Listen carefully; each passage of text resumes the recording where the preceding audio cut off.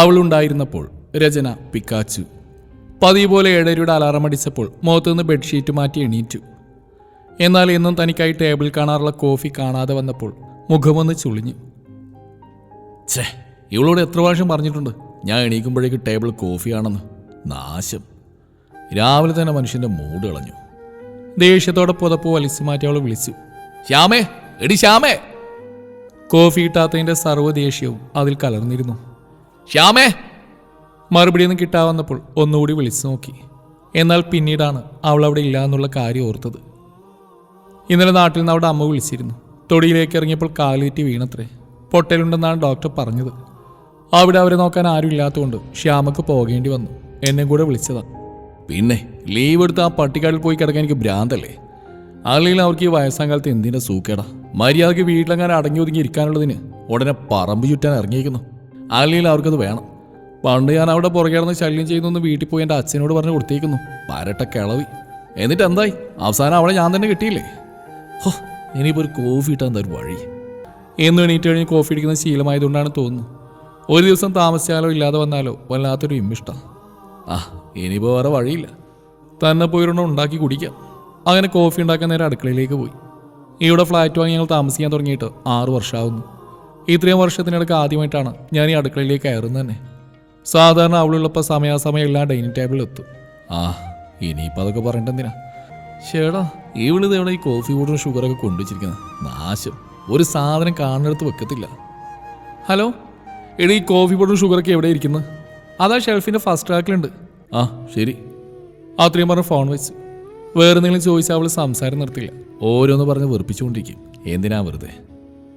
ഇതിപ്പോൾ ഒരാൾക്ക് കോഫി എടുക്കാനായിട്ട് എത്ര ടീസ്പൂൺ കോഫി പൗഡർ വേണം? പുല്ല്.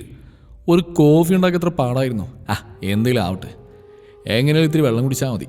അങ്ങനെ ഒരുവിധം കോഫി ഇട്ട് അതുമായി നേരെ സോഫയിലേക്ക് ഇരുന്നു. എത്ര നേരം കൊണ്ട് തപ്പുമായിരുന്നു. അങ്ങനെ നിന്ന് മനുഷ്യൻ്റെ കാല് കഴിച്ചു. അയ്യേ, എന്തോന്നിത്? ദൈവേ, ഇത് എന്തു വെള്ള? ഞാൻ കോഫിനല്ലേ ഉണ്ടാക്കിയത്, മാറിപ്പോയിട്ടൊന്നുമില്ലല്ലോ. എന്നിട്ടെന്താ ഇതിന് മാതിരി ടേസ്റ്റ്? ഭീകരം തന്നെ. ഇനി രാവിലത്തെ ബ്രേക്ക്ഫാസ്റ്റിന് എന്ത് ചെയ്യുന്ന ഒരു പിടിയില്ലല്ലോ. ഫ്രിഡ്ജിൽ മുട്ടയാണ്, തൽക്കാലം അത് ബുൾസയാക്കാം. അല്ലാതെ ഇപ്പോൾ എന്ത് ചെയ്യാനാ? കഷ്ടപ്പെട്ട് ബുൾസൈ തിന്നുമ്പോൾ ഇന്ന് രാവിലെ മേശപ്പുറത്ത് ശ്യാമ കൊണ്ടുവെക്കുന്ന നല്ല ചൂട് ഇഡ്ഡലിയും സാമ്പാറും ചമ്മന്തിയും ഓർമ്മ വന്നു. ഇഡ്ഡലിയുടെ കൂടെ സാമ്പാറും ചമ്മന്തിയും നിർബന്ധമായിരുന്നു. എന്നാൽ ആ ഇഡ്ഡലി തിന്നുമ്പോൾ ആ ഒരു ഫീൽ കിട്ടും. അത് ഓർത്തപ്പോൾ തന്നെ അറിയാതെ നാവിൽ വെള്ളം വന്നു. വല്ലാത്തൊരവസ്ഥ തന്നെ. രാവിലെ കാര്യമായിട്ടൊന്നും കഴിക്കാത്തതുകൊണ്ടാണെന്ന് തോന്നുന്നു വർക്കിൽ ഒട്ടും തന്നെ കോൺസെൻട്രേറ്റ് ചെയ്യാൻ കഴിഞ്ഞില്ല. വിശപ്പ് അത്രയ്ക്കും ഉണ്ടായിരുന്നു. അതുകൊണ്ട് സാധാരണ ഫുഡ് കഴിക്കാൻ പോകുന്നതിന് മുമ്പ് ക്യാൻറ്റീനിൽ ചെന്ന് എന്തെങ്കിലും കഴിക്കണമെന്ന് കരുതി ഇരിക്കുമ്പോഴാണ് ബോസ് സ്റ്റാഫ് മീറ്റിംഗ് വെക്കുന്നത്. എല്ലാം കൂടി പെറുക്കിയെടുത്ത് ആറ്റിലിടാനാണ് ആദ്യം തോന്നിയത്. പക്ഷേ അതെൻ്റെ ജോലി നന്നായി തന്നെ ബാധിക്കില്ലെന്ന് കരുതി മിണ്ടാതെ മീറ്റിങ്ങിന് പോയി. അങ്ങനെ മീറ്റിംഗ് കഴിഞ്ഞ് ഇറങ്ങിയപ്പോഴേക്കും 2 മണി കഴിഞ്ഞിരുന്നു. കുറച്ചു നേരം കൂടി അവിടെ ഇരുന്നെങ്കിൽ വിശന്ന് ഞാൻ മരിച്ചു പോയനെ. ചേട്ടാ, ഒരു ഊണ്.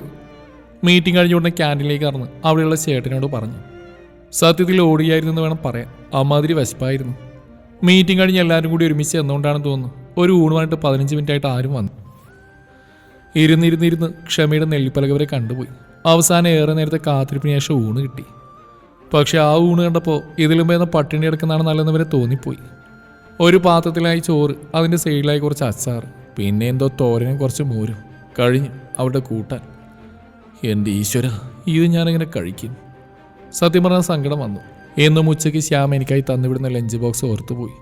ചോറ്, മീൻ കറി, എനിക്കിഷ്ടപ്പെട്ടൊരു തോരൻ, എനിക്കിഷ്ടപ്പെട്ടൊരു മെഴുക്കുപുരട്ടി, മീൻ വറുത്തത്, മുട്ട പൊരിച്ചത്, മോര് കറി, മാങ്ങാച്ചാർ, ഇത്രയും കറികൾ കൊണ്ട് നിറഞ്ഞിരുന്ന എൻ്റെ ലഞ്ച് ബോക്സ്. പണ്ടുതൊട്ട് എനിക്ക് ചോറ് കഴിക്കാൻ ഒരുപാട് കറികൾ വേണമായിരുന്നു. കല്യാണം കഴിഞ്ഞ സമയത്ത് 3-4 കറി മാത്രം ഉണ്ടാക്കി തരുന്നതിന് ശ്യാമയോട് വഴക്ക് പോലും ഇട്ടിട്ടുണ്ട്.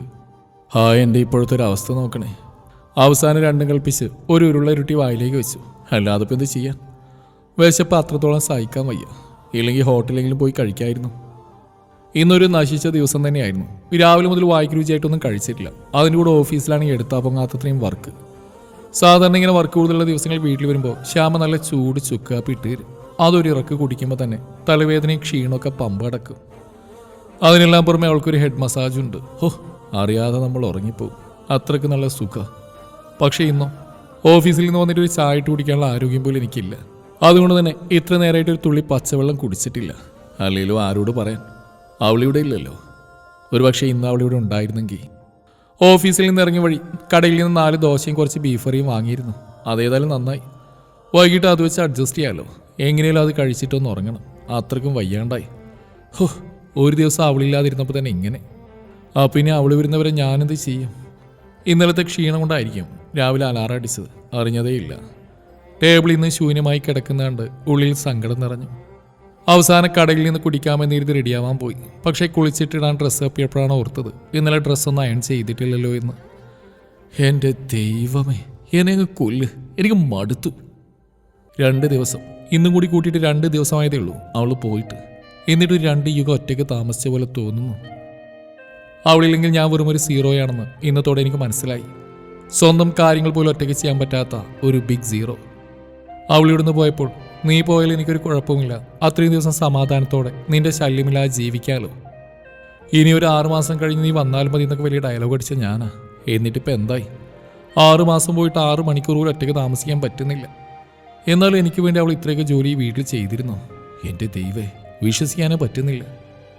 അല്ലെങ്കിലും പണ്ട് അവൾ ഇങ്ങനെയാണ്, ഒരു പരാതിയും പറയാത്തൊരു പെണ്ണ്. അധികം ചുളിവില്ലാത്തൊരു ഷർട്ട് എടുത്തിട്ട് കാറിൻ്റെ കീയുമായി നേരെ പോയത് അവളുടെ നാട്ടിലേക്കാണ്. അവളെ ഒന്ന് കാണാൻ, കുറച്ചു നേരം അവളോട് ചേർന്നിരിക്കാൻ. അവളില്ലായ്മ തന്നെ എന്തുമാത്രം സ്വാധീനിച്ചു എന്ന് പറയാൻ. അവളുടെ വീടിൻ്റെ മുറ്റത്ത് കാർ നിർത്തി ഇറങ്ങിയതും ഞാൻ കണ്ടു.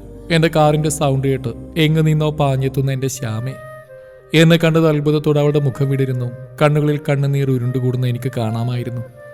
പതിയെ അവളുടെ അടുത്തേക്ക് ചൂട് വെച്ച് മെല്ലെ അവളെ എന്നിലേക്ക് അണച്ചു പിടിച്ച് ആ മൂർത്താവിൽ അത്രമേൽ സ്നേഹത്തോടെ ചുംബിച്ചു. എൻ്റെ മുഴുവൻ സ്നേഹവും ചാലിച്ച ചുംബനം. എൻ്റെ കൈക്കുള്ളിൽ അവളുടെ കുഞ്ഞ് ശരീരം വിറകൊള്ളുന്നുണ്ടായിരുന്നു.